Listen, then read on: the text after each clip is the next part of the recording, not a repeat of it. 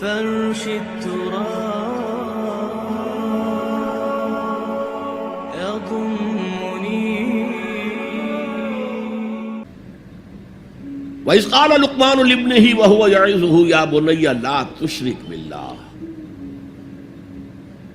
ذرا یاد کرو جب کہ کہا تھا لقمان نے اپنے بیٹے سے، اور وہ اسے واعظ کہہ رہے تھے، نصیحت کر رہے تھے. عام طور پر یہی خیال ہے کہ یہ انتقال کے وقت کی نصیحت اور وصیت تھی. اب ظاہر بات ہے کہ انسان اپنے انتقال کے وقت اپنے بیٹے کو وہی باتیں بتائے گا جو اہم ترین ہے اس کے نزدیک، اس کی زندگی کا حاصل ہے.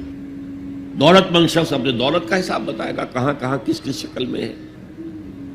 حکیم انسان کے لیے اس کی حکمت ہی اس کا اصل خزانہ ہے، دولت ہے. تو اس حکمت کا خلاصہ اور لب لباب ہے جو حضرت لقمان منتقل کر رہے ہیں اپنے بیٹے کو. اسی کو اقبال نے کہا تھا کہ یہی ہے متاع فقیر، میرے قافلے میں لٹا دے اسے، لٹا دے ٹھکانے لگا دے اسے. میرے پاس جو حکمت ہے، جو بھی میں نے قرآن سے اخذ کی ہے حکمت، یہی کچھ ہے. ساقی متاع فقیر، اس اے ساقی متاع فقیر یہی کچھ ہے. میرے قافلے میں لٹا دے اسے، لٹا دے ٹھکانے لگا دے اسے. اب حضرت لقمان کیا کہہ رہے ہیں؟ پہلی وصیت، پہلی نصیحت، اللہ کے ساتھ شرک نہ کرنا. یہ بھی عقل کا تقاضا ہے. یہ پورا نظام کائنات کا اتنا مرکزیت لیے ہوئے ہے، اس کے اجزاء آپس میں اس طرح مربوط ہیں کہ یہاں کنٹرول کسی ایک ہی ہستی کا چل سکتا ہے، دو کا نہیں. دو کا ہوگا لفسدتا، اللہ کے سوا بھی کوئی الہ ہوتا تو کائنات میں فساد ہو جاتا. ایک کی مرضی یہ ہے، دوسرے کی یہ ہے. قرآن میں یہ بھی آیا ہے کہ پھر ہر جو الہ، ہر خالق اپنی شے لے کے علیحدہ ہو جائے گا. ایک ہستی ہے جو اس کائنات کو کنٹرول کر رہی ہے، ایک ذہن ہے جو اس کائنات میں کار فرما ہے، ایک حکمت ہے جو اس پوری کریشن کی پشت پر ہے. ایک قل هو اللہ احد. اب اس کے بعد پھر حضرت لقمان کی نصیحت. یا بنی انہا ان تک مثقال حبۃ من خردل. اے میرے بچے، انہا اس میں عمل کا معاملہ ہے. عمل سیئہ ہو یا حسنہ ہو، ہا کی ضمیر مؤنث آئی ہے. انہا نیکی ہو یا بدی ہو. انہا ان تکو مثقال حبۃ من خردل، اگر وہ رائی کے دانے کے ہم وزن بھی ہو، پھر وہ نیکی یا بدی. فتکن فی صخرۃ، کسی چٹان کے پیٹ میں گھس کر کیا گیا ہو، او فی السماوات، یا فضاؤں میں کیا گیا ہو، خلاؤں میں کیا گیا ہو، او فی الارض، یا زمین کے پیٹ میں کیا گیا ہو. یات بہ اللہ، اللہ اسے لے آئے گا. کائے کے لیے لے آئے گا؟ جزا و سزا کے لیے لے آئے گا. انسانی اعمال میرے بیٹے یہ جان لو ضائع ہونے والی چیزیں نہیں ہیں. ان کے بدلے نکلیں گے، ان کے نتائج نکلیں گے، ان کے بدلے مل کر رہیں گے. چھوٹی سی چھوٹی چیز بھی، رائی کے دانے کے ہم وزن بھی ہو. مثقال ثقل سے بنا ہے، ثقل کہتے ہیں بوجھ کو. تو اگر وہ رائی کے دانے کے ہم وزن بھی ہوگا تو کہیں نہیں چھپے گا. اسی لیے آیا نا فَمَنْ يَعْمَلْ مِثْقَالَ ذَرَّةٍ خَيْرًا يَرَهُ وَمَنْ يَعْمَلْ مِثْقَالَ ذَرَّةٍ شَرًّا يَرَهُ. کسی نے اگر ذرے کے ہم وزن نیکی کی ہوگی وہ بھی اپنے سامنے پائے گا، اور ذرے کے ہم وزن کوئی بدی کی ہوگی وہ بھی سامنے پائے گا. ان اللہ لطیف خبیر، یقیناً اللہ تعالی لطیف ہے، باریک بین ہے، اور خبیر ہے، باخبر ہے، ہر شے سے باخبر ہے. لا یخفی علیہ شیء فی الارض ولا فی السماء، کوئی شے اس پر مخفی نہیں ہے، نہ زمین کی نہ آسمانوں کی. تیسری نصیحت، یا بنی اقم الصلاۃ وامر بالمعروف وانہی عن المنکر واصبر علی ما اصابک. اے میرے بچے، نماز قائم رکھ، اب نماز سے مراد کون سی نماز ہے؟ آپ اس سے اپنی نماز نہ سمجھیے. ہم سے پہلے بنی اسرائیل کے اندر کچھ اور نماز کی شکل تھی، ہمیں کچھ اور نماز کی شکل دی گئی ہے، ہمیں نماز کے اوقات اور دیے گئے، ان کے کچھ اور تھے. لیکن کیا شے مشترک؟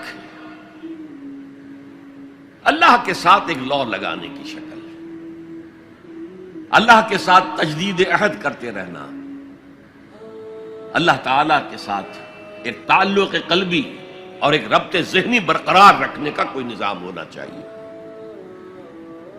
وہ ستون مانو اسے، الصلاۃ عماد الدین. تو نماز قائم رکھ، میں نے ترجمہ رکھ کیا ہے، کر نہیں. ظاہر بات ہے کہ لقمان بھی نماز پڑھتے ہوں گے، جو بھی نماز تھی ان کی، اور یقیناً ان کا بیٹا بھی پڑھتا ہوگا. اس لیے یہاں نماز قائم کر کی بجائے بہتر ترجمہ ہے نماز قائم رکھ.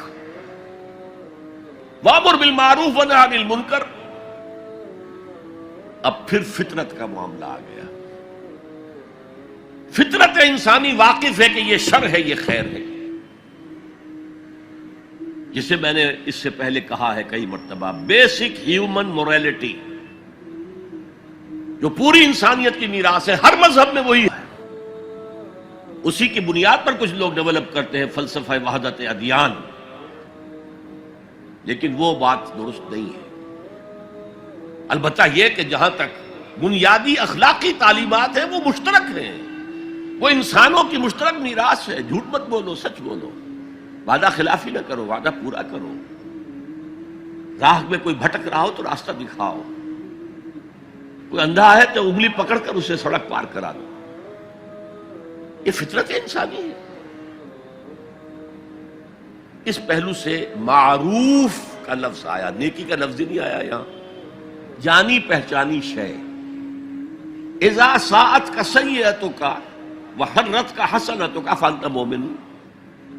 اگر تمہیں کوئی نیکی کا کام کر کے مسرت حاصل ہو، دل میں انشراح ہو جائے اللہ نے مجھے توفیق دی، اور کوئی برا کام کر کے برا لگے یہ میں نے کیا کر دیا، نہیں کرنا چاہیے تھا، تو تم مومن.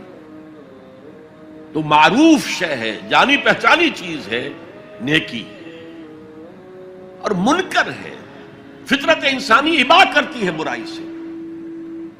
یہ علیحدہ بات ہے کہ انسان جو ہے اپنی فطرت کے خلاف چلتا ہے، اپنے مفادات کو دیکھتا ہے، دنیا پرستی میں غرق ہو گیا ہے کہ اندر سے اس کا ضمیر کانشنس اسے ملامت کرتا ہے، تم غلط کام کر.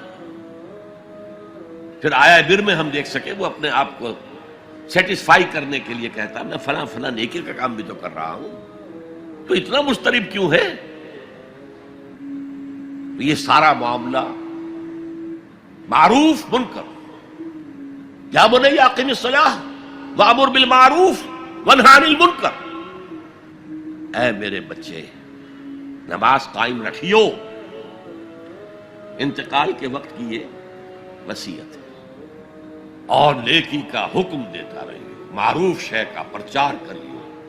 یہ وہی مضمون آ گیا سورۃ العصر کا، والعصر ان الانسان لفی خسر الا الذین آمنوا وعملوا الصالحات وتواصوا بالحق وتواصوا بالصبر. یا بنی اقم الصلاۃ، یہ عمل صالح. شرک سے بچ گئے، یہ ایمان ہے، توحید ہے. وامر بالمعروف ونہی عن المنکر، حکم دے نیکی کا، بھلائی کا، معروف کا، اور روک منع کر منکر سے،